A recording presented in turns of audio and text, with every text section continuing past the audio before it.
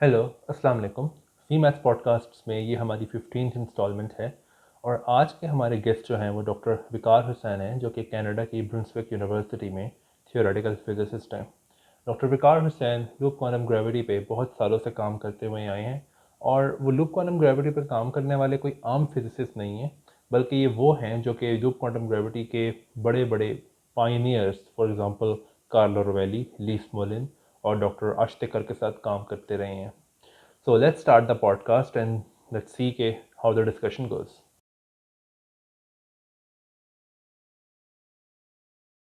Welcome to our podcast. हमारे जो guest हैं इनका नाम है डॉक्टर विकार हुसैन। और अब जैसा कि आपको आपको खुद भी पता होगा और हमारे जो लिसनर्स हैं उनको भी पता होगा कि जो पॉपुलर साइंस में अगर हम देखें तो स्ट्रिंग थ्योरी और स्ट्रिंग थ्योरी के जो प्रैक्टिशनर्स हैं उनका बहुत तारुफ होता है, लेकिन उसके कंपेयर में जो लूप क्वांटम ग्रेविटी करते हैं लोग, क्या कहते हैं, उनके बारे में लोग बहुत ज़्यादा नहीं जानते। लेकिन अब डॉक्टर वकार हुसैन जो है ये एक लीडिंग फिजिसिस्ट हैं जो कि लूप क्वांटम ग्रेविटी पे काफ़ी देर तक काम करते रहे हैं और रिसेंटली भी क्या कहते हैं ये ग्रेविटी और इटसेल्फ और इसके अलावा आप कह सकते हैं कि फाइनेंसिस की तरफ इनका थोड़ा-सा रुझान है जिसके बारे में हम बात करेंगे। तो सबसे पहले तो मैं आपसे ये क्वेश्चन पूछना चाहूँगा कि मैं एज़्यूम कर रहा हूँ कि हमारी जो काफ़ी हद तक ऑडियंस है वो पहले से अवेयर होगी इस चीज़ से कि what is loop quantum gravity. लेकिन अगर मैं आपसे कहूँ कि एक बहुत शॉर्ट सी इंट्रोडक्शन हमें बताएँ कि लूप क्वांटम ग्रेविटी का आइडिया क्या है ग्रेविटी को क्वांटाइज़ करने के लिए, तो आप कैसे रिस्पॉन्ड करेंगे? ठीक है। सबसे पहले तो ये इसकी जो बेसिक आइडिया है वो शुरू हुआ था लूप क्वांटम ग्रेविटी से नहीं, लेकिन एक एरिया जिसे कहते हैं कैनोनिकल क्वांटाइजेशन। ये शुरू हुआ था लेट 1960s में, अर्ली 1970s में। ब्राइस डिविट एक प्रोफेसर थे यूनिवर्सिटी ऑफ टेक्सास में, उन्होंने शुरू किया था। उन्होंने दो बहुत बड़े पेपर लिखे थे, एक कोवेरिएंट थ्योरी पे, एक कैनोनिकल थ्योरी पे, और ये बड़े क्लासिक पेपर्स हैं। जो आपने नाम सुना होगा, व्हीलर डिविट इक्वेशन, ये हाँ। जब से शुरू हुआ है। जो व्हीलर डिविट इक्वेशन है, बेसिक आइडिया ये है कि आप जनरल रिलेटिविटी से शुरू करें और उसकी हैमिल्टोनियन थ्योरी लिखें।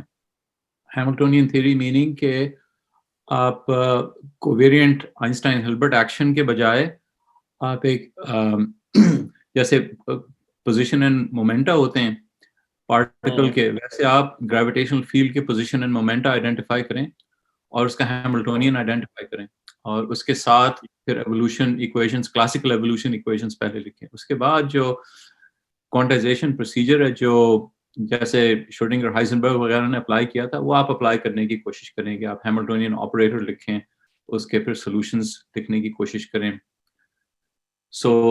ये जो प्रोग्राम है ये जब से शुरू हुआ था, जो लूप क्वांटम ग्रेविटी का है वो यही किस्म का बेसिक आइडिया है, लेकिन जो वेरिएबल्स हैं हैमिल्टोनियन वेरिएबल्स वो ज़रा अलग हैं। कैनोनिकल ट्रांसफॉर्मेशन करते हैं उस पे तो you get a different set of canonical variables, लेकिन जो बाकी प्रोग्राम है वो आइडेंटिकल है। और जो जो इम्प्लीमेंटेशन है ज़रा डिफरेंट है, ज़रा मैथमेटिकल टूल्स कुछ अलग हैं, लेकिन इन स्पिरिट जो दो प्रोग्राम्स हैं, एक कोवेरिएंट प्रोग्राम है जिसमें आप स्पेस और टाइम को सेपरेट नहीं करते। जो स्ट्रिंग थ्योरी आती है वो कोवेरिएंट प्रोग्राम से आती है, और जो कैनोनिकल क्वांटाइजेशन है वो 3+1 स्प्लिट जिसे कहते हैं, उसके बाद क्वांटाइजेशन करते हैं। ठीक। अच्छा, इसमें एक क्वेश्चन ये है कि ये जो इसमें हम जानते हैं कि क्वांटम ग्रेविटी के जो मॉडर्न थियरीज हैं उनमें एक फीचर बहुत कॉमनली पाया जाता है कि स्पेस टाइम इटसेल्फ जो है वो फंडामेंटल चीज़ नहीं है। तो लूप क्वांटम ग्रेविटी के अंदर ये चीज़ हम बाय खुद से अज्यूम करते हैं या फिर ये एक नेसेसिटी बन जाती है? मैं जो लूप क्वांटम ग्रेविटी जो है वो I just use canonical quantization, क्योंकि जो लूप क्वांटम ग्रेविटी है और जो व्हीलर डिबेट इक्वेशन की जो अप्रोच है, जो आपने सवाल पूछा है उसमें ये आइडेंटिकल है। उसमें ये कहते हैं कि जो जो मेट्रिक है वो एक ऑपरेटर बन जाता है, और ये जो अप्रोच है इसे कहते हैं नॉन परटर्बेटिव। इसका मतलब ये है कि जो कोवेरिएंट क्वांटाइजेशन होता है, जस्ट कंट्रास्ट करने के लिए मैं बताता हूँ, जो कोवेरिएंट क्वांटाइजेशन होता है उसमें आप कहते हैं कि ठीक है, there is a four metric जो आइंस्टाइन की थ्योरी का होता है, और आप वो मैट्रिक को नहीं क्वांटाइज करते। आप कहते हैं कि ये मैट्रिक को दो टुकड़े कर लें, एक है मिन्काउस्की स्पेस और उस पर परटर्बेशंस हैं, या डिसिटर स्पेस है उस पर परटर्बेशंस हैं, या एंटी डिसिटर स्पेस है उस पर परटर्बेशंस हैं। तो you break the metric into two pieces, and जो बैकग्राउंड होता है, बैकग्राउंड स्ट्रक्चर के साथ एक किस्म की ग्लोबल सिमेट्रीज जो बैकग्राउंड की होती हैं वो मौजूद होती हैं। जैसे मिन्काउस्की स्पेस जो है उसकी ग्लोबल सिमेट्रीज मौजूद होती हैं, एंटी डिसऑर्डर स्पेस की ग्लोबल सिमेट्रीज मौजूद होती हैं। फिर उस पर जो पर्टर्बेशंस होते हैं, आप वो पर्टर्बेशंस को क्वांटाइज करते हैं। सो इससे ये जो क्वांटाइजेशन का तरीका है, इसे कहते हैं बैकग्राउंड डिपेंडेंट, क्योंकि आपने बैकग्राउंड को फिक्स किया हुआ है। और जो कैनोनिकल अप्रोचेस होती हैं, उसमें सिर्फ एक ही असम्पशन होता है बैकग्राउंड का, कि जो बैकग्राउंड है it can be split into 3+1। अब आपको मैनिफोल्ड, अगर 4 डायमेंशनल मैनिफोल्ड है, उसको 3+1 में करना है, तो you need to pick a slicing. आप बहुत सारी स्लाइसिंग्स कर सकते हैं, लेकिन जो स्ट्रक्चर है, जो मेट्रिक और उसका कॉन्जुगेट मोमेंटम है जो सर्फेसिस पे, वो जो है वो फिक्स रहता है। लेकिन स्लाइसेस जो हैं वो आपको ये जरूरी है कि जो मैनिफोल्ड है, it should be 3 space times r। तो अच्छा, इसमें जी जी, तो बस मैं ये कह रहा था कि जो स्टार्टिंग पॉइंट्स हैं कोवेरिएंट और कैनोनिकल के, उनमें ये फर्क है। ठीक। अच्छा, मैं एक एक जो क्वेश्चन आई थिंक इसका मुझे आंसर सेटिस्फैक्टरी कभी मिला नहीं, मैं लोगों से पूछा भी है जो कि लोग क्वांटम ग्रेविटी पे काम जी काम करते हैं या फिर उसके बारे में कुछ जानते हैं, वो ये है कि फॉर एग्जांपल अगर हम स्ट्रिंग थ्योरी में देखें, तो स्ट्रिंग थ्योरी में अगर हम ये क्वेश्चन पूछें कि ओके, स्ट्रिंग थ्योरी जो है, जिसका जो इनिशियल आप कह सकते हैं मोटिवेशन थी कि हम तमाम फोर्सेस को एक ही क्या कहते हैं थ्योरी में लिख दें, वो इसलिए नहीं अभी तक मसला होता था खत्म किए, क्योंकि आप कह सकते हैं कि उनको सही कलाबी और मैनिफोल्ड नहीं मिल रहा, उनको सही तरह की कॉम्पैक्टिफिकेशन नहीं मिल रही। लेकिन लूप क्वांटम ग्रेविटी में ऐसी क्या प्रॉब्लम है कि अभी तक खत्म नहीं हुई क्वांटम ग्रेविटी की प्रॉब्लम, अभी भी आप कह सकते हैं कि है प्रॉब्लम ग्रेविटी की, तो ऐसी क्या प्रॉब्लम है लूप क्वांटम ग्रेविटी? सो जो सबसे बड़ी प्रॉब्लम है ये व्हीलर डिविट प्रोग्राम की भी और लूप क्वांटम ग्रेविटी के प्रोग्राम की भी, वो ये है, एक ही प्रॉब्लम है, वो ये कि जो फिजिकल स्टेट्स जो उसके सॉल्व करने हैं, तो फर्क ये होता है कि जो अगर आप नॉर्मल हैमिल्टोनियन को क्वांटाइज करने हैं, तो आपके पास हैमिल्टोनियन ऑपरेटर है, आप आइगन वैल्यू प्रॉब्लम लिखते हैं और you solve the eigen value problem. So जो कैनोनिकल अप्रोचेस हैं क्वांटम ग्रेविटी के, इंक्लूडिंग लूप क्वांटम ग्रेविटी, उसमें जो प्रॉब्लम है इट्स अ डिफरेंट वन। उसमें यह है कि जो हैमिल्टोनियन है it's a constraint. That means कि जैसे आप हैमिल्टोनियन ऑपरेटर बनाए, it has to act on physical states to give zero. ये फिजिकल स्टेट का डेफिनेशन होता है। इसकी एनालॉजी ये है कि अगर आप कैनोनिकल क्वांटाइजेशन इलेक्ट्रोमैग्नेटिज्म का करें, तो उसमें गाउस लॉ कंस्ट्रेंट होती है। So G Gauss law constraint जो है वो गेज ट्रांसफॉर्मेशंस को जनरेट करती है। So the physical states have to be annihilated by the Gauss law operator. So जो ठीक canonical quantization है उसमें Hamiltonian constraint has to annihilate the physical states, and ठीक only those states जो कि आप Hamiltonian constraint on the space give zero, they give the physical states. तो ये जो problem है ये unsolved है. How to find the अच्छा physical states of canonical quantum gravity is an unsolved problem. So इस पे बहुत लोगों ने काम किया है, लेकिन इसका कोई solution नहीं है। तो आप ये समझ लें कि जो stumbling block जो block है वो ये है कि जो physical states हैं वो अभी available नहीं है। Gauge invariant physical अच्छा states are not available. ठीक। तो कोई क्या कहते हैं, ऐसी कोई थ्योरम है जो ये बताती हो कि जो कि ये इंश्योर करती हो कि ऐसी स्टेट्स एग्जिस्ट करती हैं, लेकिन हमें पता नहीं है, या ऐसी कोई थ्योरम भी नहीं है? नहीं, ऐसा कोई थ्योरम नहीं है। ये है जरूर कि एक तरीका है, फॉर्मल तरीका, कि आपको फिजिकल हिल्बर्ट स्पेस पता चल जाए। सो अच्छा एक फॉर्मल तरीका है जिससे आप ये कह सकते हैं कि फिजिकल स्टेट्स हैं, लेकिन एक्सप्लिसिटली आप लिख नहीं सकते कि ये फिजिकल स्टेट है, और फिर इसके साथ आप अच्छा कैलकुलेशंस नहीं कर सकते। तो जो आप समझें कि फॉर्मली अवेलेबल है, लेकिन फॉर्मली इज जस्ट फॉर्मली। आप ये समझें कि इसकी ओके एनालॉजी है कि string perturbation, string field theory is formally available, लेकिन इट्स नॉट ठीक एक्चुअली अवेलेबल। ठीक। अच्छा, तो अब मैं एक क्वेश्चन मेरा था कि आपने या आई थिंक ये आपने आश्तेकर और डॉक्टर रोवेली और ली स्मॉलिंग के साथ एक पेपर लिखा था कि 2+1 क्वांटम ग्रेविटी और the twine model for 3+1 theory. तो अब ये वाला जो पेपर है, इसको यूज करके हम 3+1 डायमेंशन में क्वांटम ग्रेविटी की थ्योरी बना सकते हैं क्या, या फिर ये पेपर कुछ और कहता था? सो ये 2+1 ग्रेविटी बड़ी स्पेशल चीज है। हम्म 2+1 ग्रेविटी जो है उसके 1000 सॉल्यूशंस हैं आजकल। हम्म, एक स्टीव कार्लेट प्रोफेसर, उन्होंने किताब लिखी है, एक पेपर भी लिखा है, 10 ways to quantize 2+1 gravity। 2+1 okay gravity जो है बड़ी स्पेशल सी है। उसमें जो कहते हैं ना, लोकल डिग्रीज ऑफ फ्रीडम नहीं है। सो उसका अच्छा क्वांटाइजेशन बहुत ज्यादा आसान है। उसमें प्रोपेगेटिंग डिग्रीज ऑफ फ्रीडम नहीं है, so it's very easy to quantize. So toy model तो है, लेकिन कुछ ज़्यादा ही सिंपल टॉय मॉडल है। सो उससे हम कुछ ज़्यादा सीख नहीं सकते, क्योंकि प्रोपेगेटिंग डिग्रीज ऑफ फ्रीडम ना हो तो ठीक है, it's useful to look at it, it's useful to see के सारे मूविंग पार्ट्स क्या हैं, उस पे आप फॉर्मलिज़्म भी ट्राई आउट कर सकते हैं। लेकिन ठीक। जब सारा काम खत्म हो जाए तो आप सोचें कि अच्छा 4 डायमेंशनल क्वांटम ग्रेविटी के बारे में क्या पता चला? इसका जवाब है कुछ भी नहीं। हुँ। मैं अच्छा, स्ट्रेट फॉरवर्ड बात कह रहा हूँ ये। ठीक। अच्छा, एक मेरा क्वेश्चन ये आई थिंक इतना कोई टेक्निकल पता नहीं है, आई थिंक ये इतना टेक्निकल होना नहीं चाहिए क्वेश्चन, लेकिन मैं इस पे सिर्फ ओपिनियन जानना चाहता हूँ आपका, कि एक एक एक क्लास ऑफ पीपल हैं इस दुनिया में जो ये कहते हैं कि क्वांटम ग्रेविटी की पॉसिबल थ्योरीज जो है वो बात की बात है बनाना।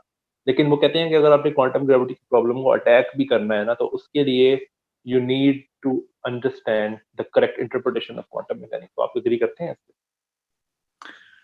ये तो बिल्कुल सही बात है। अब मैंने रिसेंटली एक पेपर लिखा है, उसमें ये इसी किस्म का सवाल जो है बिल्कुल फोरफ्रंट पे है।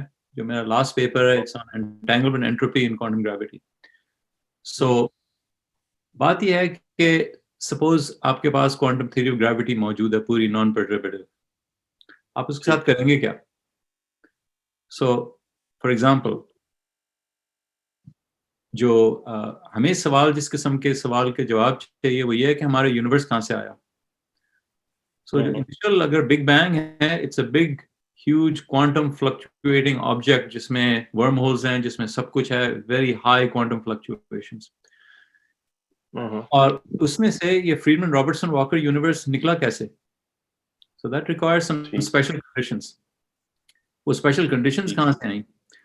अच्छा, सपोज कि आपका इनिशियल स्टेट है linear combination of Friedmann Robertson Walker universe, anti de Sitter universe, कोई और यूनिवर्स। You've got this linear combination, जैसे linear combinations होते हैं स्पिन अप और स्पिन डाउन के।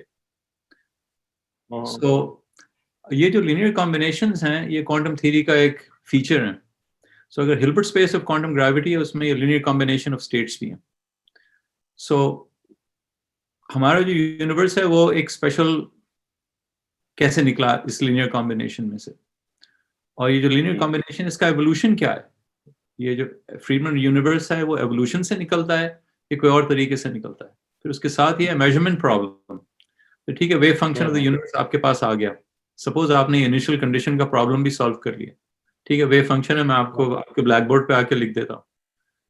तो इसमें से आप मैटर और ग्रेविटेशनल डिग्रीज ऑफ फ्रीडम कैसे सेपरेट करेंगे?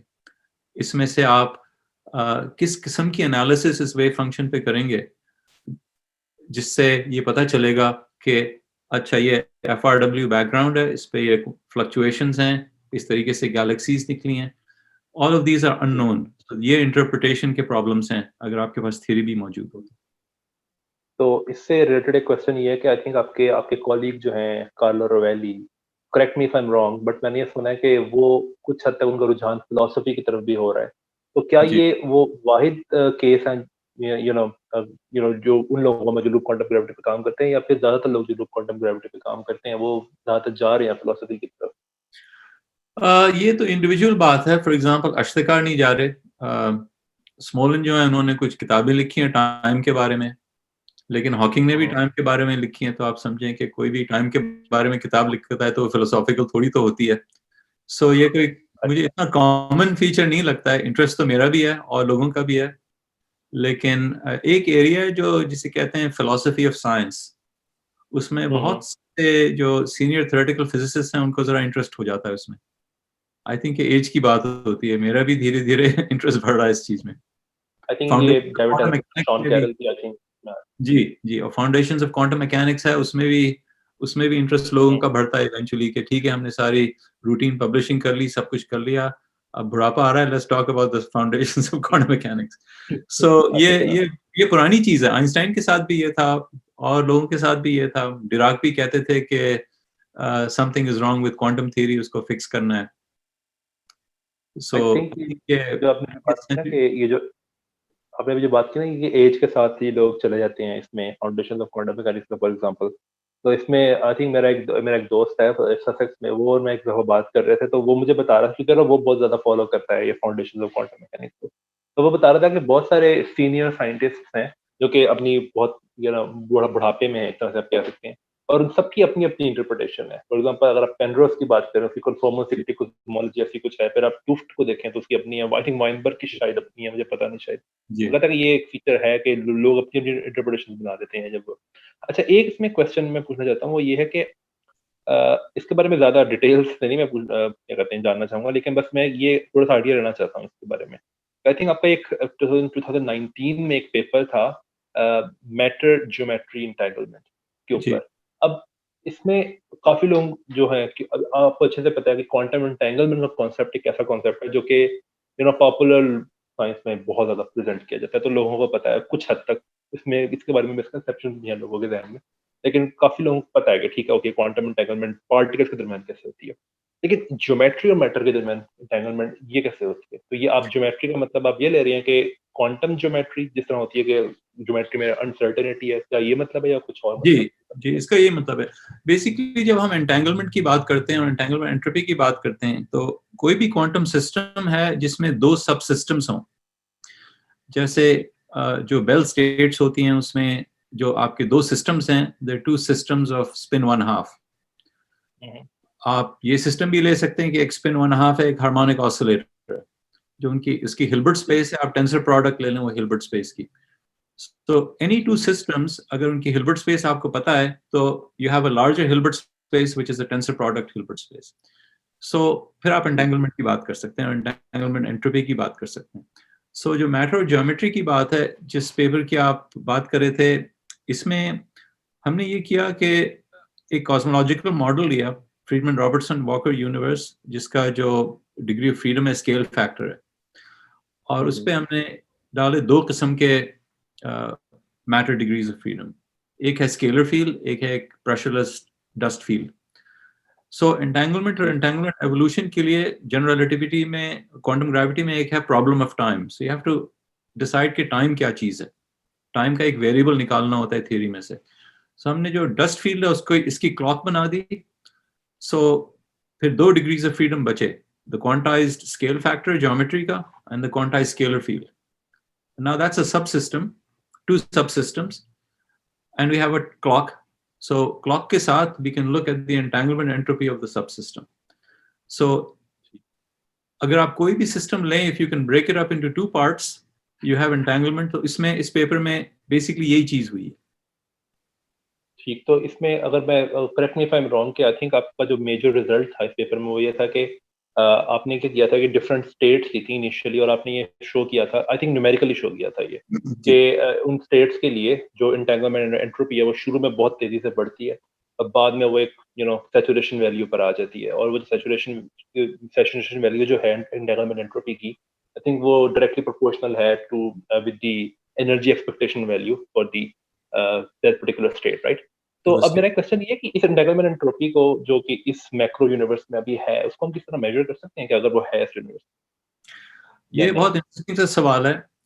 सो ये जो पेपर है, इसमें ये जो आपने समराइज किया results, that's exactly what we found. Hmm, hmm. Basically it's indicating कि अगर ये जो मॉडल है, it applies to our universe, और इसकी initial states are any one of the several that we looked at, तो फिर मैटर ग्रेविटी एंटेंगलमेंट हमारे माइक्रोस्कोपिक यूनिवर्स में है। अब उसको मेजर कैसे करना है, ये इसका मुझे कुछ आइडिया नहीं है। It's one of the questions कोई जो मैं भी सोच रहा हूँ, मेरे कोलैबोरेटर्स भी सोच रहे हैं कि कोई किस्म की एस्ट्रोफिजिकल प्रोब इसकी हो सकती है।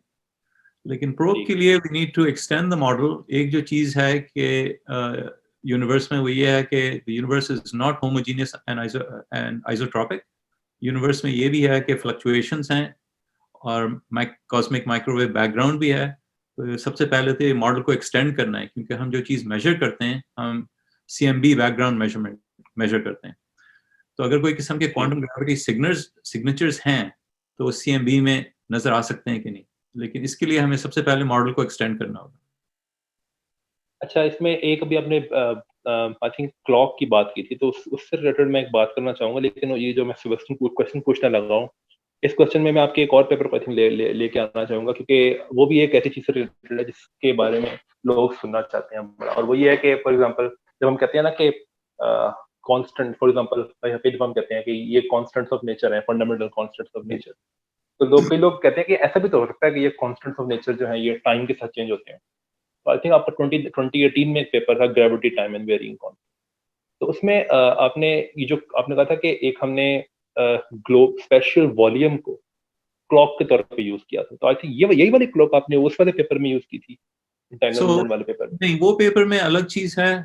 वो जो इवॉल्विंग कांस्टेंट्स की बात है, उसमें हमने ये सवाल पोज किया था कि यूजुअली जो हम क्वांटम फील्ड थ्योरी जो स्टडी करते हैं, जो इतनी वेरीफाइड है LHC और हर जगह जो अप्लाई करते हैं एक्सेलरेटर्स और लिनियर और कोई भी एक्सेलरेटर्स में जो रिजल्ट्स आते हैं, they match with the results of quantum field theory.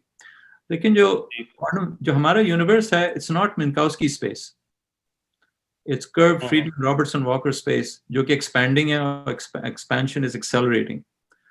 तो जो हमारे क्वांटम फील्ड थ्योरी के टेस्ट हैं, it's in a small patch of expanding Friedmann Robertson Walker space time. अब जो एक्सपेरिमेंट होता है CERN में, it's a small patch of FRW universe, वहां पे क्वांटम फील्ड थ्योरी वेरीफाई हो गई है, but that's a small patch of an expanding universe.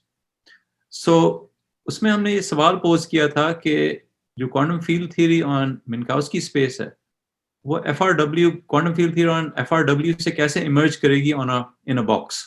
So take the CERN box and say कि CERN is this box of and the box में there's a patch of Friedman Robertson Walker universe, but we know that's not the real theory. The real theory is Friedman FRW universe, which is expanding and the expansion is accelerating.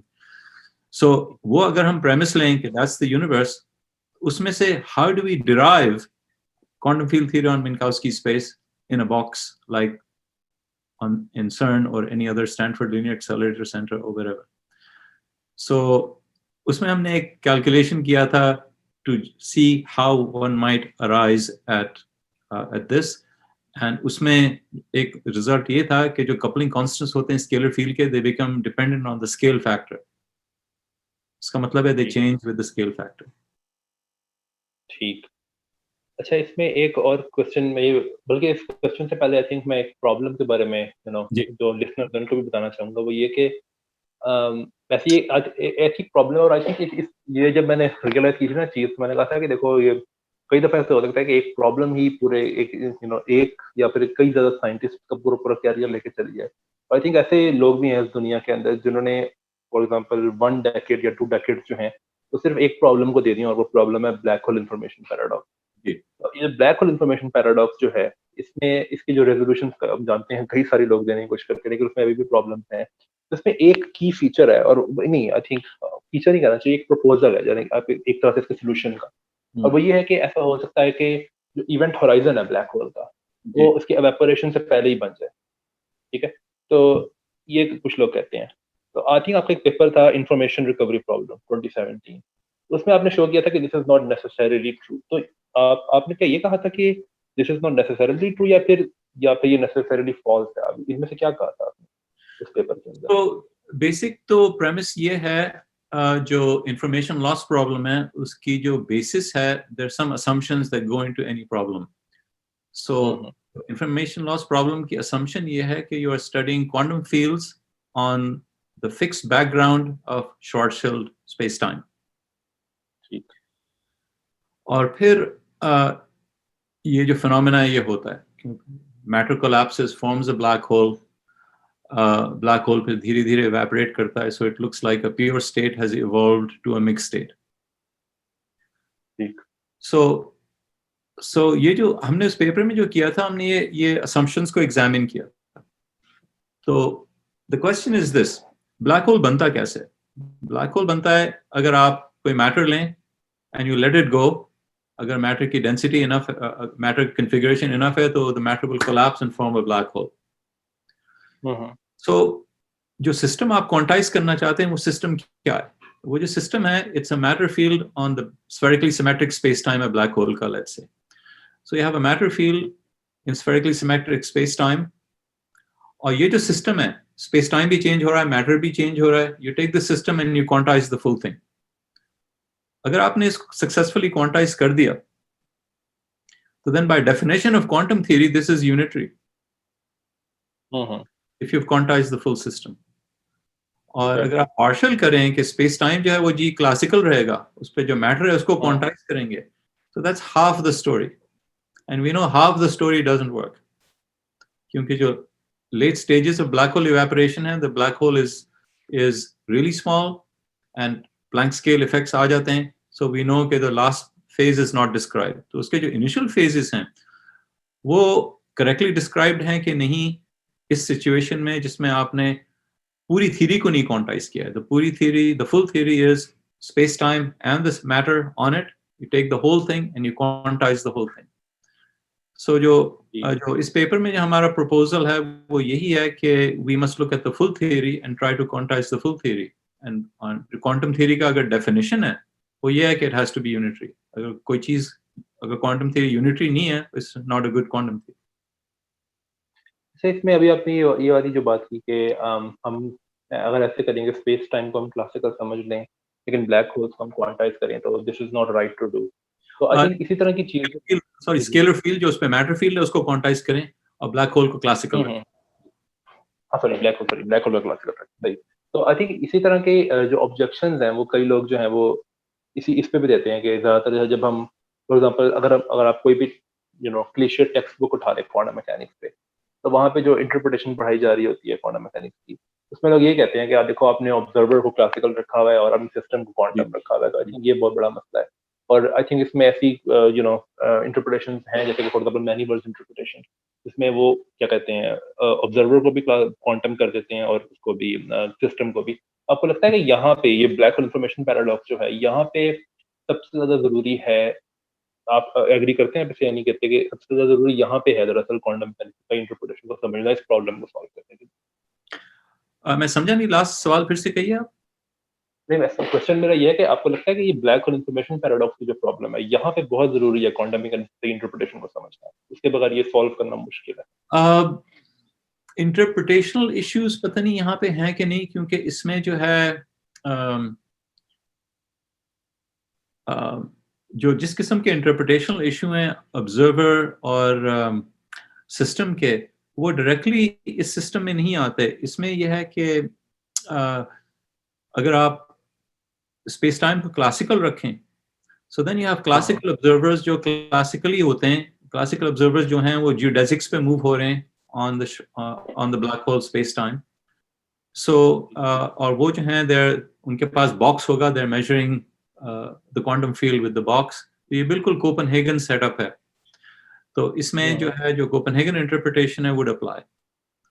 मसला जब होता है interpretation का, जो हमने पहले बात की थी, wave function of the entire universe है, आपने हर चीज को क्वांटाइज कर दिया. आप भी क्वांटाइज्ड हैं क्योंकि आप भी यूनिवर्स का हिस्सा हैं, और आपकी जो हस्ती है वो वेव फंक्शन में कहीं ना कहीं मौजूद है. अगर आपने सब क्वांटाइज कर लिया तो फिर आता है ये मेजरमेंट एंड इंटरप्रिटेशन प्रॉब्लम. लेकिन जो quantum fields on classical curve space time है उसमें कोपेनहेगन इंटरप्रिटेशन अप्लाइज. ठीक. अच्छा, अब ये जो आप देख सकते हैं कि अभी तक हमारी जो डिस्कशन हुई है ये काफी टेक्निकल रही है, लेकिन अब जो मैं कुछ क्वेश्चन पूछना चाहता हूँ ना, वो आप कह सकते हैं कि वो ऐसे क्वेश्चन है जो कि मैं ऑलमोस्ट किसी भी ऐसे फिजिसिस्ट से पूछूंगा जो कि पिछली सेंचुरी के सेकंड हाफ से काम करता हुआ आ रहा हो या आ रही हो.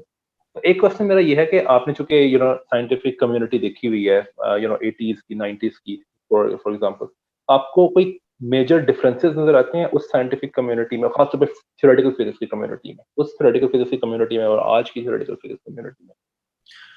सो एक बड़ा डिफरेंस ये है कि कम्युनिटी बहुत ज्यादा बढ़ गई है इन पॉपुलेशन. अच्छा.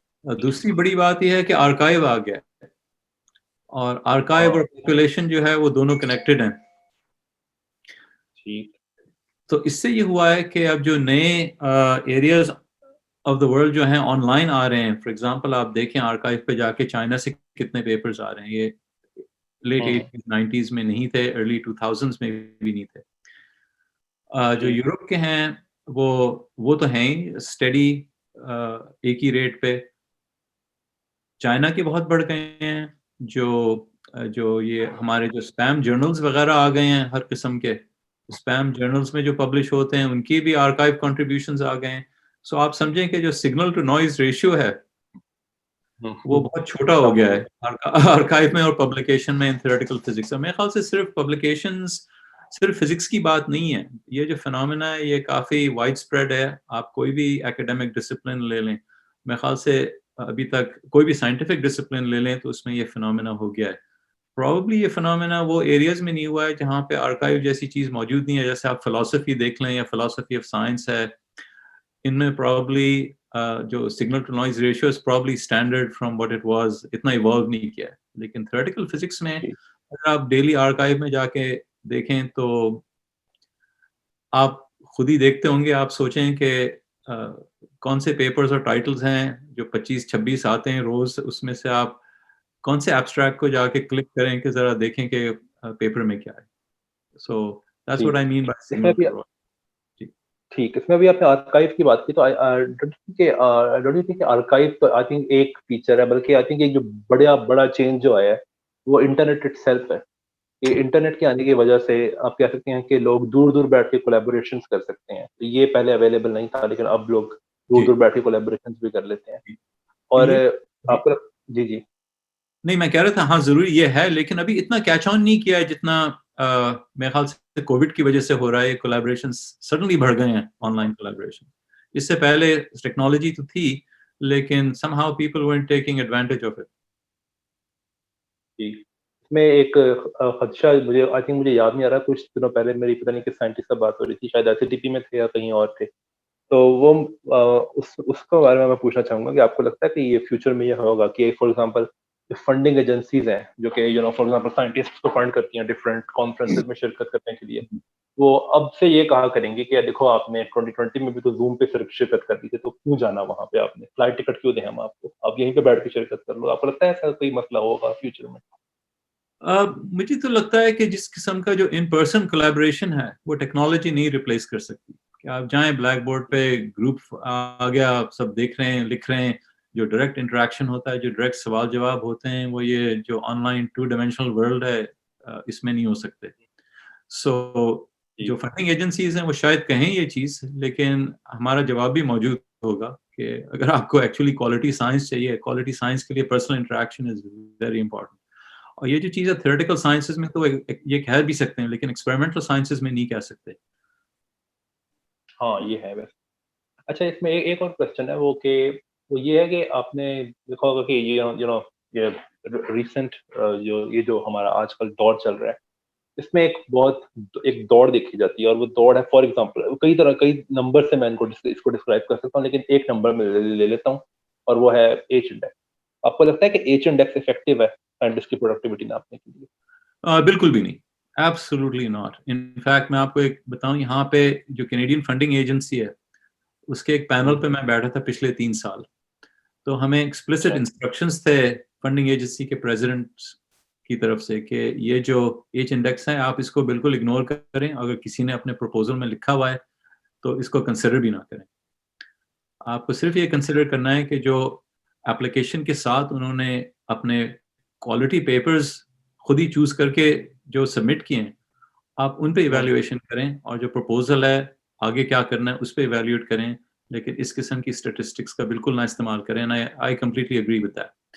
इससे जो है ये मेट्रिसाइज़ेशन होता है जो दुनिया का, ये इससे क्वालिटी जो है बहुत पॉसिबली डाइल्यूट हो सकती है, अगर इफ दिस जी। Becomes the only measure. Quality is quality. हुँ। अभी ये आपके पॉडकास्ट से पहले आई थिंक मैंने आपको बताया भी था ईमेल में कि मेरा डॉक्टर असगर खत्री के साथ एक पॉडकास्ट था, उन्होंने बहुत ज़्यादा बात की इस पे। फॉर एग्ज़ाम्पल उन्होंने पाकिस्तान के हवाले से की थी ज़्यादा बात, कि जी, एच इंडेक्स तो खैर एक बात है, लेकिन अगर आप इन जनरल देखें तो number of citations, number of publications, जी, इन चीज़ों के ऊपर फॉर एग्ज़ाम्पल प्रमोशंस डिसाइड होती हैं लोगों की। तो जी, हमारे मुल्क में एक रैट रेस है कि आप लोग नाम डलवा देते हैं डिफरेंट पब्लिकेशंस के अंदर जी। वगैरह। तो अब यहाँ पे जो हमारे फॉर एग्ज़ाम्पल जो मेरी जनरेशन के स्टूडेंट्स हैं या फिर मेरे से जूनियर हैं, वो जो कि थोड़ा-सा आइडियलाइज़ करते हैं बाहर की दुनिया को, तो वो कहते हैं कि ये प्रॉब्लम सिर्फ़ पाकिस्तान में ही है, बाहर नहीं है। हालाँकि ये बिल्कुल गलत है। तो आप क्या कहेंगे इसके बारे में कि ये प्रॉब्लम कुछ हद तक बाहर है या बिल्कुल भी नहीं है बाहर पाकिस्तान? कुछ हद तक बाहर है। पाकिस्तान का तो मैं जानता हूँ बहुत ही एक्सट्रीम हो चुका है पाकिस्तान में। और हुँ, हुँ। पाकिस्तान का जो सॉल्यूशन है बड़ा आसान है। अगर वो एचईसी वगैरह जो अदारे हैं वो ये ठीक करना चाहें, वो उनसे आप एक रूल वो निकाल दें कि जी आप के जो पेपर्स हैं फिजिकल रिव्यू लेटर्स में, फिजिकल रिव्यू में, और 3-4 और जो हाई क्वालिटी जर्नल्स हैं, हुँ, आप सिर्फ उनके बारे में बताएं और उनकी बेसिस पे प्रमोशंस और टेन्योर और वगैरह ये सारी चीज़ें। और बहुत से जी, जो पब्लिकेशंस हैं वो ऐसी जगह पे होते हैं जो कि फ्लाई बाय नाइट जर्नल्स होते हैं। जहाँ तक कि साइटेशन की बात है, आजकल इतने लोग हैं बाहर के एरियाज में कि आप अपना जिसे कहते हैं साइटेशन कार्टेल शुरू कर सकते हैं। आप एक ग्रुप बना लें 50-60 लोगों का और बेसिकली डिसाइड कर लें कि you will just cite each others papers no matter what it is, तो आपके साइटेशंस बढ़ जाते हैं। अच्छा, इस आई किस्म थिंक की इस जो बात से जी, जी जी, आप बोलें। इस किस्म की जो मेट्रिसाइजेशन है, it's a real problem. For example जो यूनिवर्सिटीज की भी ग्लोबल रैंकिंग्स होती हैं, अब आपको पता है इसमें सऊदी अरेबिया किस किस्म का गेम खेल रहा है। उनके पास पैसे हैं, सो वो ये करते हैं कि जो हार्वर्ड, प्रिंसटन, एमआईटी, कार्लटेक के जो मशहूर साइंटिस्ट हैं, उनको अच्छा, ऑफर्स देते हैं कि आप आके 3 महीने हमारे यहाँ या 6 हफ्ते यहाँ पे गुजारें, आपको इतनी तनख्वाह देंगे, हुँ, आपको ये सब प्रोवाइड करेंगे, लेकिन इन रिटर्न आप जो भी पेपर छापें साल में, आप किंग अब्दुल अजीज यूनिवर्सिटी उस पर लिख लें एज अफिलिएशन। तो इसका नतीजा ये होता है हाँ, कि ये यूनिवर्सिटीज की रैंकिंग्स जो हैं ऐसी बढ़ रही हैं ऑन अ स्टीप स्लोप, लेकिन आप जाएंगे वहाँ पीएचडी करने के लिए, that's a different issue altogether. So जो एच इंडेक्स का मसला है, जो साइटेशंस का मसला है, it's being played out in very different areas across the academic world, और ये बड़ा प्रॉब्लम है। इसमें एक और लोग कंप्लेन भी लोग करते हैं कि फॉर एग्जांपल एच इंडेक्स जो है, सॉरी साइटेशंस जो है फॉर एग्जांपल, वो तब ज़्यादा होंगी जब आपकी फील्ड पे काम करने वाले लोग बहुत ज़्यादा हों। अगर आप एक फॉर एग्जांपल एक मैथमेटिक्स में, प्योर मैथमेटिक्स में फॉर एग्जांपल कोई बंदा काम कर रहा है, बहुत हाईली स्पेशलाइज्ड टॉपिक पे काम कर रहा है और वो एक थ्योरम प्रूव करने की कोशिश कर रहा है फॉर एग्जांपल, या कर रही है, और उस थ्योरम पे दुनिया में चंद ही लोग काम कर रहे हैं। तो सपोज़ करो अगर वो थ्योरम प्रूव कर भी दे, तो उसकी साइटेशंस कितनी होंगी? 10 भी नहीं होंगी शायद। तो ये कई लोगों को इससे कंप्लेन होती है कि ये जो साइटेशंस का नंबर है, ये उसकी प्रोडक्टिविटी को मेजर नहीं करता। आई थिंक जी आपका भी ऐसा ही मौक़िफ़ है। जी बिल्कुल, आई मीन ये जो आपने एग्जांपल दिया मैथमेटिक्स का, ये एक सिचुएशन है जिसमें बहुत ही क्लियर है ये चीज़ कि क्वालिटी एंड साइटेशंस जो हैं बिल्कुल कोरिलेटेड नहीं है। और जो मैंने जी, साइटेशन कार्टेल्स का कहा था वो ये है कि the system can be gamed. अगर कोई ये कानून आए तो आप उसको गेम कर लें एंड डिसाइड कि अच्छा ये चाहिए, okay will arrange for it to happen. पर सो इसमें अभी आपने ये कहा कि लोग एक-दूसरे के पेपर साइट करते हैं, कुछ लोग तो अपने ही पेपर साइट करते हैं, ये भी करते हैं लोग। टफ तो साइटेशन। इसमें एक और बड़ी हॉरिबल सी चीज़ मैंने देखी है, वो ये है कि लोग अपना नाम डलवा लेते हैं दूसरों के पेपर्स में। तो ये भी कुछ हद तक बाहर है या फिर बाहर नहीं है ये, पाकिस्तान से बाहर? मैंने तो जो आप समझेंगे क्वांटम ग्रेविटी कम्युनिटी है जिसको मैं जानता हूँ, मैंने तो बिल्कुल नहीं देखा ये चीज़। ये एक पर्सनल ऑनर सिस्टम की बात होती है कि अगर आपका कंट्रीब्यूशन है, जेन्युइनली कोलैबोरेशन में आप शुरू से हैं, सो ठीक है, देन अंडर सम कंडीशंस अगर आप कोलैबोरेट भी कर रहे हैं और आपका कंट्रीब्यूशन नहीं है, तो यूजुअली लोग अपना नाम विथड्रॉ कर लेते हैं। तो ये जो फिनोमेना है कि दोस्त बन गए हैं और एक दूसरे के पेपर्स पे नाम डाल रहे हैं, this is because of the rules we have that can be abused. ठीक। अच्छा, अब मैं एक नया टॉपिक शुरू करने लगा हूँ, वो उसमें ये है कि उसमें वो क्वेश्चन मेरा ये है कि मुझे अच्छा इसके बारे में मुझे ना 2020 से पहले फॉर एग्ज़ाम्पल बिल्कुल नहीं पता था। 2020 में मेरे कुछ ऐसे दोस्त बनने शुरू हुए यूरोप के अंदर, जिन्होंने जी मुझे बताया कि ये एक ट्रेंड है। और वो ये है कि मैंने देखा कि जो थ्योरेटिकल फिज़िसिस्ट्स हैं, ख़ास तौर पे जो हाई एनर्जी पार्टिकल फिज़िसिस्ट हैं, क्योंकि उनको क्वांटम फील्ड थ्योरी अच्छी आती है। तो वो लोग जो हैं काफ़ी हद तक वो जा रहे हैं इकोनॉमिक्स की प्रॉब्लम सॉल्व करने के लिए। फॉर एग्ज़ाम्पल आई थिंक हमारे यहाँ पाकिस्तान में भी एक I think string theorist mathematician है असद नकवी। आई थिंक वो भी अब इस तरह फाइनेंसेस की तरफ चले गए हैं। आई थिंक लीफ मोलिन ने भी काम किया हुआ है इकोनॉमिक्स पे, if I am not wrong. तो आपको लगता है कि थ्योरेटिकल अभी जो स्टूडेंट्स हैं हमारे थ्योरेटिकल फिजिक्स के, खास तौर पे हाई एनर्जी पार्टिकल फिजिक्स के लोग जो हैं, उनको क्योंकि अगर आप एट फर्स्ट साइट देखो ना, तो ऐसा लगता है कि यार इसका क्या ताल्लुक होगा हमारी फील्ड से। लेकिन अगर मैं ये पूछना ये चाह रहा हूँ आपसे कि हम क्या हमारे जो स्टूडेंट्स हैं उनको भी ओपन माइंड रखना चाहिए कि ओके अगर हमें करियर में कभी इस तरफ जाना पड़ा, इस यहाँ की प्रॉब्लम सॉल्व करनी पड़ी, तो वहाँ पे भी हमारे जो मेथड्स हमने सीखे हुए हैं वो काम आ सकते हैं। और अभी रिसेंटली क्या ये ट्रेंड वो जो है वो तेज़ी से बढ़ रहा है या फिर अभी इसकी स्पीड स्लो है?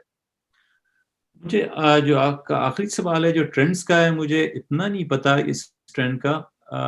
जो जो सबसे पहले जो मूवमेंट हुई थी towards wall street late 1980s में and through out the hmm, 90s, जब ये डेरिवेटिव प्राइसिंग थ्योरी वगैरह अप्लाई की जा रही थी और जो इन्वेस्टमेंट बैंक्स थे उन्हें ज़रूरत थी what they call quants, so they were जी। लूकिंग फॉर पीपल जिनकी वो स्किल्स थी जो थ्योरेटिकल फिजिसिस्ट की हैं, इन द सेंस कि आपको कोई प्रॉब्लम पेश किया गया, आपकी फैसिलिटी है डिफरेंशियल इक्वेशंस के साथ, आपकी फैसिलिटी है प्रोग्रामिंग लैंग्वेजेस के साथ, you know how to hmm, solve hmm, analytical problems. So जी। इसलिए जो वॉल स्ट्रीट फर्म्स हायर करती थी initially, the interesting thing is कि वो थ्योरेटिकल फिजिसिस्ट को ज़्यादा पसंद करती थी बनिस्बत मैथमेटिक्स पीएचडीज की वजह, क्योंकि जो मैथमेटिक्स पीएचडी हैं वो कोई रिजल्ट देते ही नहीं आसानी से जब तक कि वो कुछ थ्योरम ना हो या मिनी थ्योरम ना हो। थ्योरेटिकल फिजिसिस्ट जो हैं वो कहते हैं हाँ जी हमने कैलकुलेट कर लिया, ये लें, वो जाके ट्रेडर्स जो हैं वो अप्लाई कर देते हैं। सो जो थ्योरेटिकल फिजिसिस्ट की फैसिलिटी है वो आई थिंक काफ़ी अच्छी जो स्किल सेट होती है, जिसके साथ इंट्यूशन भी होती है और बेसिक स्किल्स होते हैं, और they are not inclined to prove theorems before they open their mouth. ये जो चीज़ है ये एप्लीकेशंस के लिए बड़ी अच्छी है। जहाँ तक जी। कि आपको करना चाहिए, मुझे करना चाहिए, या लोगों को इंटरेस्ट रखना चाहिए इकोनॉमिक्स में, I think it's a good thing कि जनरली इंटरेस्ट रखें। जहाँ तक कि मेरा व्यू है इसके बारे में, economics is a much harder discipline than theoretical physics क्योंकि it's the ultimate many body problem. You don't ji. have, you know, Avogadro's number जिसके साथ आपकी statistical mechanics आप average कर सकते हैं, it's less than that, लेकिन it's not simple atoms you're dealing with. You're dealing with ultimately people, you're dealing with groups of people organized into units that trade with other groups of people organized into units. ये micro चीज़ है, हाँ, इसके बाद we have enough units together in these groups. आप समझें लोगों के जो they form a company that's like a little condensate, फिर ये बढ़ के how it makes a global economy or a national economy and then a global economy. ये emergence के problems हैं at multiple scales. These are very difficult problems. So जहाँ तक कि हमारी techniques हैं condensed matter theory, phase transitions वगैरह की, we can think about applying them, लेकिन this is a completely different domain, much more difficult. That doesn't mean हमें करना नहीं चाहिए, मेरा भी इंटरेस्ट है और लोगों का भी इंटरेस्ट होना चाहिए। तो आपको लगता है कि कुछ थ्योरेटिकल फिज़िक्स हमें क्योंकि हमें पता है कि अब मैं ये नहीं कह रहा कि सबके लिए ये बात सही है, लेकिन इन जनरल थ्योरेटिकल फिज़िसिस्ट्स जो होते हैं, उनकी एक टेंडेंसी होती है और वो एक अप्रोच को यूज़ करते हैं, उसको आप कह सकते हैं रिडक्शनिस्ट अप्रोच। तो हम्म। रिडक्शनिस्ट अप्रोच हम जानते हैं कि इकोनॉमिक्स में इतनी अच्छी काम नहीं करेगी, लेकिन कुछ लोग हैं जो थ्योरेटिकल फिज़िक्स में समझते हैं कि इकोनॉमिक्स को भी आप रिडक्शनिस्ट अप्रोच से ट्रीट कर सकते हो। हालाँकि कुछ कई लोग भी बिलीव करते हैं कि नहीं ये एक इमर्जेंट फिनोमेना है, इकोनॉमिक्स जो है। तो आपको क्या लगता है इनमें से कौन-सी बात सही है? देखिए इमर्जेंट फिनोमेना तो हर स्केल्स पे होता है। इस सेंस में जो मेरे व्यूज हैं थ्योरेटिकल फिजिक्स के बारे में भी और थ्योरेटिकल फिजिक्स के बाहर भी इकोनॉमिक्स में, they are more align to जो फिलिप एंडरसन वगैरह के हैं। अब मैं हुँ, आपको हुँ। एक एग्जांपल बताऊं, सपोज आप ये बिलीव करें कि या कोई बिलीव करे कि जो string theory is a theory of the universe and theory that describes everything. So here's the problem. The problem is जो BCS theory of superconductivity है उसका हैमिल्टोनियन आप डिराइव करें स्ट्रिंग थ्योरी से। अब ये जो डेरिवेशन है BCS हैमिल्टोनियन का, सुपरकंडक्टिविटी हैमिल्टोनियन का, ये डिराइव करने में आपको एक्सटर्नल इंट्यूशंस कितनी बाय हैंड डालनी पड़ेंगी, क्योंकि string theory ultimately is just a bunch of differential equations. The BCS Hamiltonian जो है वो अपनी एक स्केल पे पॉस्टुलेट किया गया है स्पेसिफिक इनसाइट्स के साथ। सो ये जो जी। डेरिवेशन है ये हो भी सकता है कि नहीं। सो आई थिंक कि हर स्केल पे intuitions are necessary. Pure reductionism जो है वो कुछ हद तक ठीक है, लेकिन एक्सटर्नली चीजें डालनी पड़ती हैं। That's why we have ansatz कि इस स्केल पे अच्छा ये ansatz ट्राई करते हैं। जो लॉकलिन का वेव फंक्शन था for the fractional Hall effect. That was an ansatz. That ansatz is, string theory is not going to give you that ansatz. No other reductionist theory will say, oh, ye try karen, ye bahar se aata hai. This is order, proposal for order at some scale, जो कि theory in itself शायद ना दे सके. At least मैं तो नहीं जानता कि कोई reductionist theory है जो सारी scales पे इस किस्म का order दे सकती है कि आप Laughlin wave function derive कर लें string theory से. अच्छा, इसमें अभी उसी सवाल पे रहते हुए जिसमें मैं बाद में बात कर रहा था कि इकोनॉमिक्स की तरफ रुझान है थ्योरेटिकल फिजिक्स का, तो इसमें एक क्वेश्चन मैं पूछना चाहता हूँ कि चूंकि हम जानते हैं कि इफेक्टिवली आप कह सकते हैं कि ओके हिग्स बोसॉन की डिस्कवरी के अलावा 70s के बाद हमें पार्टिकल फिजिक्स में कोई ऐसा आप कह सकते हैं कि हिग्स बोसॉन को भी डिबेट किया जा सकता है. मैं ये कहना चाह रहा हूँ कि पार्टिकल फिजिक्स में ऐसी कोई डिस्कवरी नहीं मिली जिससे हम शॉक हो गए, हम ये कह सकते हैं, यानी कि कोई बहुत बड़ा रिजल्ट मिल गया और हिग्स बोसॉन की डिस्कवरी जो है एक्सपेक्टेड थी, हम ये कह सकते हैं. तो कई लोग जो है इसी पे बिलीव करते हैं कि पार्टिकल फिजिक्स जो है वो एक बहुत ही ड्राई दौर से गुजर रही है इस वक्त. तो इस वजह से कई लोग जो हैं वो और फॉर एग्जांपल डेटा साइंस की तरफ जा रहे हैं और ये इकोनॉमिक्स की तरफ जा रहे हैं. तो आपको लगता है कि इकोनॉमिक्स की तरफ जाना जो है वो सिर्फ प्योर इंटरेस्ट की बात नहीं है. कई लोग इसको इसलिए भी जाते हैं क्योंकि वहाँ पे पहली बात तो है पैकेज, सैलरी पैकेज भी अच्छा हो सकता है और वहाँ पे जॉब्स की अवेलेबिलिटी ज्यादा है. I think ये तो इंडिविजुअल डिसीजंस होते हैं. अगर शौक था पार्टिकल फिजिक्स का, आपने पीएचडी कर ली, फिर आप बोर हो गए और पैसे भी इतने अच्छे नहीं हैं, सो आप अपने स्किल सेट्स को कहीं और यूटिलाइज करें. I think that's a very positive thing. जो थ्योरेटिकल फिजिक्स के स्किल सेट्स हैं, आई थिंक हम बहुत से एरियाज में काम कर सकते हैं. मेरे भी कुछ कॉलीग्स थे जो वॉल स्ट्रीट पे गए, कुछ थे जो वॉल स्ट्रीट पे इन्वेस्टमेंट बैंक के जॉब्स का सोच रहे थे, फिर उनको जॉब ऑफर आ गई फैकल्टी पोजीशन की, तो उन्होंने वो ले ली. सो ये इंडिविजुअल डिसीजंस होते हैं, लेकिन जो स्किल सेट्स हैं they are just very broad. मैं नहीं जानता कोई और डिसिप्लिन जिसमें जो स्किल सेट्स हैं इतने ब्रॉड होते हैं जो थ्योरेटिकल फिजिक्स ट्रेनिंग से आते हैं. ठीक, इसमें मैं ये क्वेश्चन पूछना चाह रहा था कि ये ऐसा नहीं है कि हम यहाँ पे बात कर रहे हैं, जो लिसनर्स उनके लिए मैं बात कर दूं, ये ऐसा नहीं कि हम ये जो बात यहाँ पे कर रहे हैं बहुत स्पेकुलेटिव है. आई थिंक ये जो लफ्ज है quantum economics, this is something जो आप कह सकते हैं कि ये इमर्जिंग रिसर्च टॉपिक है, राइट. और इसमें आई थिंक एक बुक भी है, quantum field theory for economics and finances, क्योंकि आई थिंक मुझे ज़्यादा नहीं पता है इसके बारे में, लेकिन अगर अगर आपको पता है तो प्लीज़ मुझे बताएं कि क्या ये बात सही है कि ये जो क्वांटम फील्ड थ्योरी के जो मेथड्स हैं वो इकोनॉमिक्स और फाइनेंसिस में इसलिए लगाए जाते हैं कि कई लोगों ने ये ऑब्जर्वेशन की है कि जो फाइनेंशियल ट्रांजैक्शंस हैं they are just like quantum processes. क्या ये बात ठीक है? और किस सेंस में ये बात ठीक है? मुझे बस बात समझ नहीं आती मुझे कई दफ़ा. मुझे भी नहीं समझ में आती है ये बात. लेकिन अगर आप क्वांटम थ्योरी की बात कर रहे हैं तो द बेसिक प्रेमिस इज कि जो आपका जो मैथमेटिकल स्ट्रक्चर है, it's a Hilbert space with operators on it, और आप उस हिल्बर्ट स्पेस में ऑपरेटर्स के साथ कोई प्रॉब्लम सॉल्व करते हैं. ये जो चीज है, ये टूल्स तो नहीं अप्लाई हो रही इकोनॉमिक्स में. Economics is a classical discipline which is better described by differential equations, not the Schrodinger equation. So ये topics हैं, मुझे नहीं समझ में. यहाँ तक कि option pricing है, basically जो Black-Scholes equations है, it's a differential equation that is basically a diffusion equation. So diffusion equation जो है, it's Schrodinger equation भी diffusion equation है, with the big difference के जो diffusion constant है, it's complex. You have that I sitting there, I d psi by dt. तो जो जहाँ तक के path integral techniques हैं for looking at option pricing models or portfolio pricing जिसमें options का mix है, the reason you can use the path integral is because you can use the path integral to solve the diffusion equation.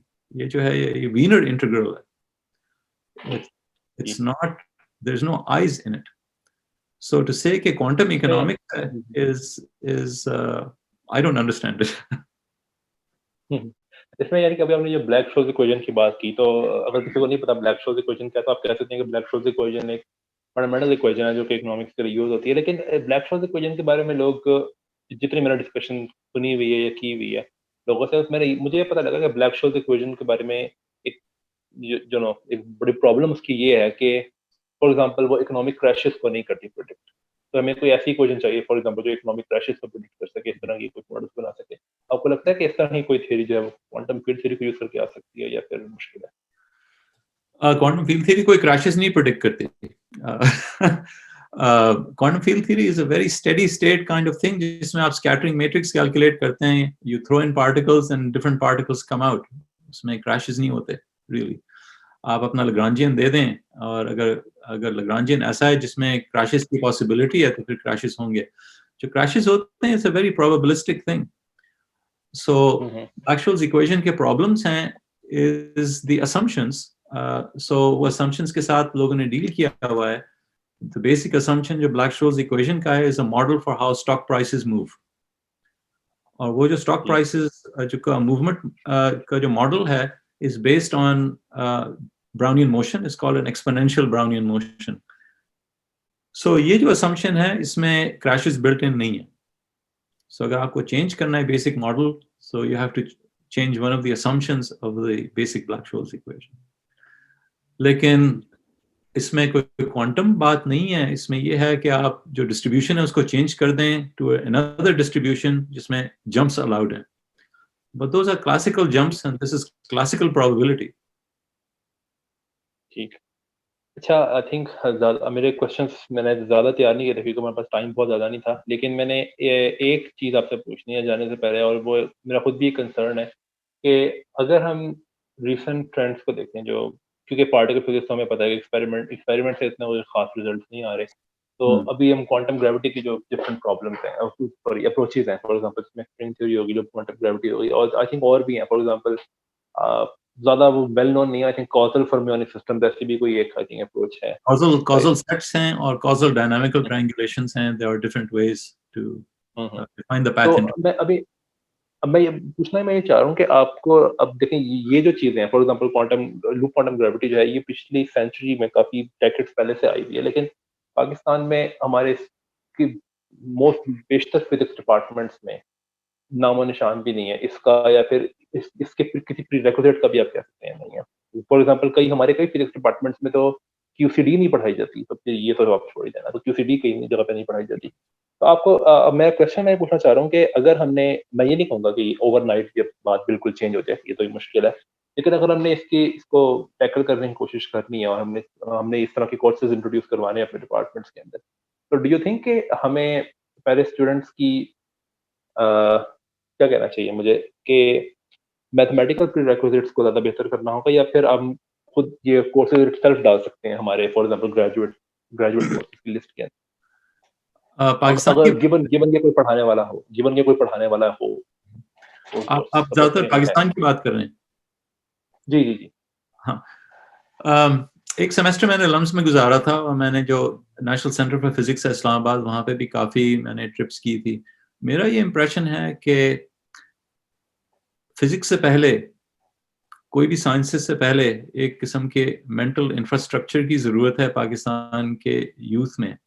और वो जो infrastructure है that comes from, जो पहले आप समझें, जो पहले 10-15 साल एजुकेशन के होते हैं, उसमें ठीक। जिस चीज़ की कमी है, जो मुझे नज़र आती है, और ये यूथ का कोई मसला नहीं है, ये हमारे अडल्ट्स का मसला है, हमारे सिस्टम का मसला है।